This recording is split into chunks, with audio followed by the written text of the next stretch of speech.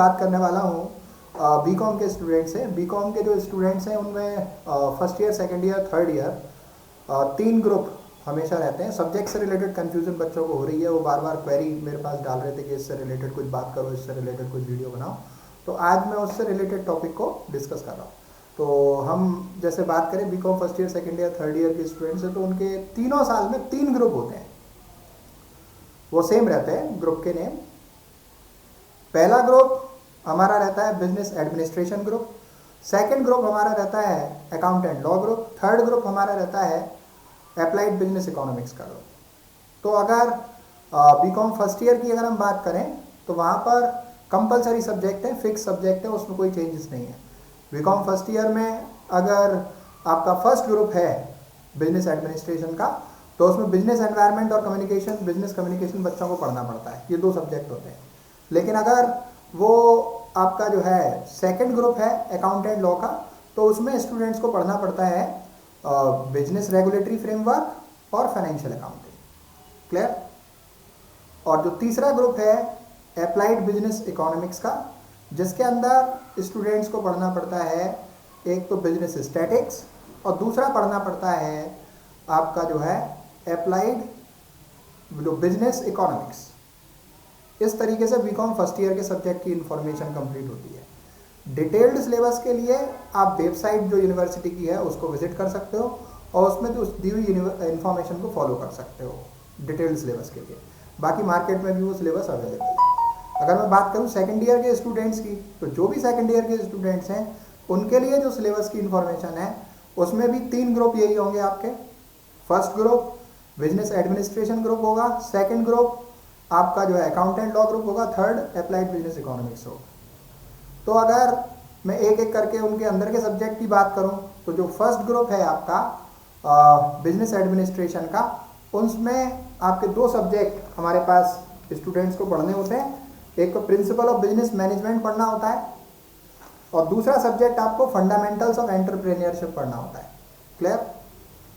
First group business administration, जिसमें दो subject principles of business management और दूसरा सब्जेक्ट फंडामेंटल्स ऑफ एंटरप्रेन्योरशिप जो आपको पढ़ना है।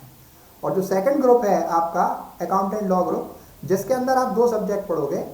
उन दो सब्जेक्ट में आपके पास इनकम टैक्स है और कॉस्ट अकाउंटिंग है। इनकम टैक्स है और कॉस्ट अकाउंटिंग है।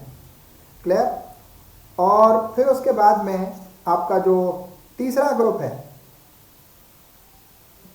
है उसके अंदर आपके पास बिजनेस इकोनॉमिक्स में दो सब्जेक्ट पढ़ने होते हैं। एक तो पब्लिक फाइनेंस पढ़ना होता है और एक इंडस्ट्रियल लॉ पढ़ना होता है। एक पब्लिक फाइनेंस पढ़ना होता है और एक इंडस्ट्रियल लॉ पढ़ना होता है। That's it. अगर मैं बीकॉम थर्ड ईयर के स्टूडेंट्स की स्पेशली बात करूं तो वहां पर सबसे बड़ा कंफ्यूजन बच्चों के सामने आया है। राइट? तो अब वो भी पहले दूसरे ग्रुप में नहीं आया, वो तीसरे ग्रुप में आया है, जिसकी वजह से बच्चों को कंफ्यूजन हो रही है कि सब्जेक्ट कैसे सिलेक्ट करें। तो पहला जो ग्रुप है आपका बिजनेस एडमिनिस्ट्रेशन का, उसमें इंफॉर्मेशन टेक्नोलॉजी का एक सब्जेक्ट है पहला जो कंपलसरी है। और जो फर्स्ट ग्रुप में दूसरा सब्जेक्ट है मनी एंड फाइनेंशियल सिस्टम का, वो कंपलसरी है। और सेकंड ग्रुप में भी दो सब्जेक्ट है जो कंपलसरी है, कॉर्पोरेट अकाउंटिंग और ऑडिटिंग। उसमें कोई डाउट नहीं है। क्लियर? यहाँ पर आपके लिए कोई चॉइस नहीं है। लेकिन जो थर्ड ग्रुप आया है उसकी मेनली बात है जिसकी वजह से बच्चे जो है कंफ्यूज हो रहे हैं और डिसीजन नहीं ले पा रहे हैं कि हमारा ये जो है हम थ्योरी लें, न्यूमेरिकल लें, क्या लें। राइट? तो वहाँ पर आपके पास बीकॉम थर्ड ईयर में जो थर्ड ग्रुप है अप्लाइड बिजनेस इकोनॉमिक्स, उसके अंदर सब्जेक्ट की चॉइसेस के लिए 5 ग्रुप बनाए हैं। C1, C2, C3, C4, C5 तक गया हो। राइट? इस तरीके से ऑप्शन खुला हुआ है। अब आपको उन C1, C2, C3, C4, C5 में से एक कोई सा भी ग्रुप चूज करना है जिसके अंदर दो दो सब्जेक्ट दिए हुए हैं। कोई सा भी एक। C1 चूज कर लिया तो उसके अंदर के दो सब्जेक्ट आपको अपेयर करने हैं। C2 चूज कर लिया तो उससे अंदर के दो सब्जेक्ट आपको अटेम्प्ट करने हैं। और C3 लिया तो उसके अंदर के दो, इसी तरीके से C4, C5 के। ऐसा नहीं कर सकते आप कि एक सब्जेक्ट C1 का ले लिया और दूसरा सब्जेक्ट आपने C2 का ले लिया। राइट? या फिर एक सब्जेक्ट C2 का ले लिया और दूसरा सब्जेक्ट C4 का ले लिया। आपकी कन्वीनियंस से नहीं होगा। अब एक बार नाम और देखते हैं उसके अंदर क्या क्या है।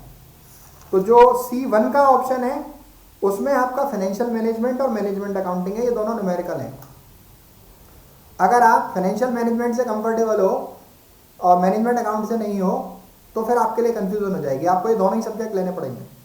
आप ये नहीं कर सकते कि इन दोनों में से एक न्यूमेरिकल ले लो और फिर उसके बाद में दूसरा कोई थ्योरी ले लो, ऐसा नहीं कर सकते आप। आपको ये दोनों ही आपके जो है न्यूमेरिकल चूज करने होंगे अगर आपको C1 ऑप्शन चूज करना है तो, राइट। फिर उसके बाद C2 की अगर हम बात करें तो C2 में आपके पास दो सब्जेक्ट है और दोनों थियोरेटिकल पेपर है, प्रिंसिपल ऑफ मार्केटिंग और इंटरनेशनल मार्केटिंग। तो उन दोनों सब्जेक्ट को आप चूज कर सकते हो for your exam attempt, no problem with that. अगर मैं बात करूं हमारे C3, राइट, जो थर्ड ग्रुप है उसको C बोलते हैं, उसका थर्ड कॉम्बिनेशन उन्होंने बनाया है, उसके अंदर fundamentals of insurance for Indian banking system. फिर आपको ये एक वाला कॉम्बिनेशन लेना होगा, राइट।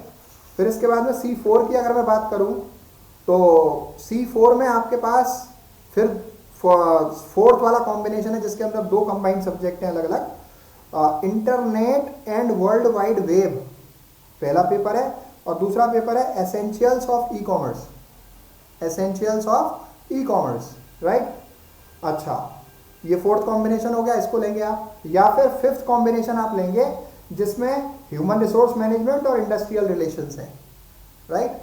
इन दोनों को आप लेंगे तो C1, C2, C3, C4, C5 में से कोई सा भी एक कॉम्बिनेशन आपको चूज करना है। अब बात इंपॉर्टेंट समझने की क्या है, let me help you to understand that, कि कौन सा चूज करें। अगर आपको थ्योरी की तरफ जाना है, क्लियर, तो C5 की तरफ जा सकते हो, वो थोड़ा सा इजी पड़ेगा, ह्यूमन रिसोर्स मैनेजमेंट और इंडस्ट्रियल रिलेशन, क्लियर। और अगर आप कंफर्टेबल उससे हैं, क्या बोलते हैं, अगर आप कंफर्टेबल IT से, इंफॉर्मेशन टेक्नोलॉजी से हैं, तो आप C4 के कॉम्बिनेशन की तरफ जा सकते हैं जिसमें ई कॉमर्स और इंटरनेट वर्ल्ड वाइड वेब है। और अदरवाइज आपके पास ऑप्शंस तो सारे ही खुले हुए हैं, C1, C2, C3, C4, C5 के, as per your choice, as per your convenience you can choose that, clear.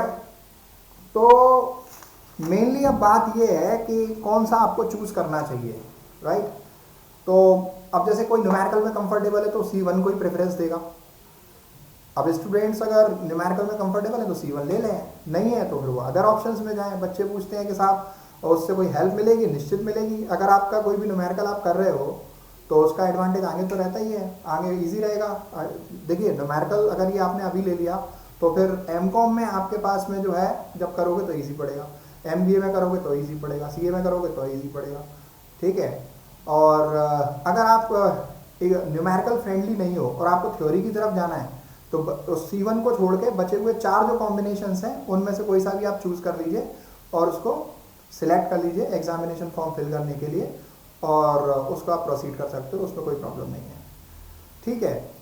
अच्छा, अब एक और बेस है जिसके बेसिस पे आप ये डिसीजन ले सकते हो कि भाई टाइम कम है, टाइम वाला एक ड्रॉबैक भी है कि टाइम कम है, प्रिपरेशन ज़्यादा है और ऑड सिचुएशन है, कहाँ जाए कैसे पढ़ाई करें, तो फिर आप उसको थ्योरी के ऑप्शन की तरफ जा सकते हो, राइट, कोई सा भी कॉम्बिनेशन। और बात यह है कि उनमें से आप किसी में भी गए तो कम आपको इजी रहेगा प्रिपरेशन में, कोई इश्यू वाली बात नहीं है। लेकिन न्यूमेरिकल में तो थोड़ा सा पढ़ाई ज़्यादा करना पड़ेगा, दैट्स द थिंग, न्यूमेरिकल में प्रैक्टिस करना पड़ेगा। लेकिन फिर भी एक कंपलसरी न्यूमेरिकल आपका B.Com थर्ड ईयर में रहेगा ही रहेगा, that is of corporate accounting, वो नहीं छूटने वाला है। तो उसकी प्रिपरेशन को भी अगर आप लाइटली लेंगे तो there will be a problem, और अभी से उसकी प्रिपरेशन स्टार्ट कर दीजिए, जैसे भी करें, जिस भी तरीके से करें, that's not an issue, right. तो अगर ऐसा नहीं है कि वो केवल आपका जो है 12th बेस्ड है, वो एडवांस है, कॉर्पोरेट अकाउंटिंग है वो। 12th में केवल आपका जो है कंपनी अकाउंट के बारे में बात हुई थी थोड़ी बहुत, लेकिन जो कॉर्पोरेट अकाउंट है उसमें थोड़ा सा एडवांस हो गया है। वो भी company account, corporate account, corporate financial accounting, ये सेम चीज़ों के नाम है, लेकिन फिर भी चीज़ें एडवांस हो जाती हैं और आपको डिफरेंस माइंड में आए इसलिए नाम बदले गए।